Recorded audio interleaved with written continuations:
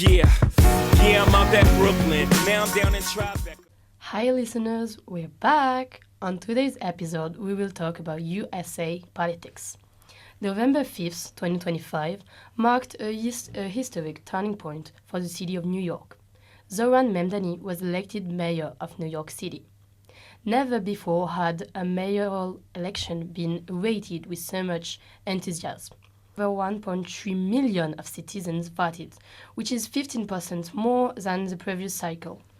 This victory did not just signal a change, it demanded a new beginning. New York's future was quite literally being reshaped that night. Chloe is going to talk to you about some facts about Zoran Mamdani. Born in Uganda to parents of Indian descent, Mamdani moved to New York City with his family aged 7. He attended the Bronx High School of Science and later earned a degree in Africana Studies from Bowdoin College, where he co-founded the campus chapter of Students for Justice in Palestine.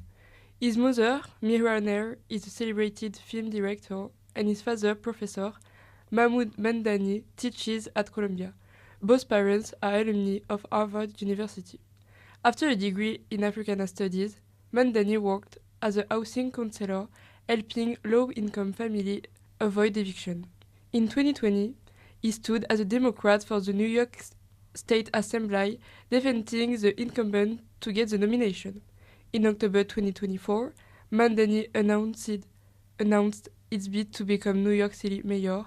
He quickly became popular, skillfully building his profile with videos on Instagram and TikTok. And because of that, he won with a large amount of young voters. Now, Lily is going to talk to you about his political positions and relationship to Trump. Mamdani is the first Muslim mayor of New York. As we said, he is a Democrat and also a socialist who made clear that he intends to prioritize affordable housing, climate justice, and universal access to public services. If he had not campaigned on such progressive issues during the primaries, many of New Yorkers' most vulnerable communities will still be facing steep rent hikes and environmental neglect. He was elected largely on the premise that municipal resources would be redistributed to benefit long-neglected neighborhoods. He has also criticized Trump's national policies as divisive and has sworn that under his administration, New York will not be a sanctuary of rhetoric but a sanctuary of action, a stance that sharply contrasts with former federal leadership.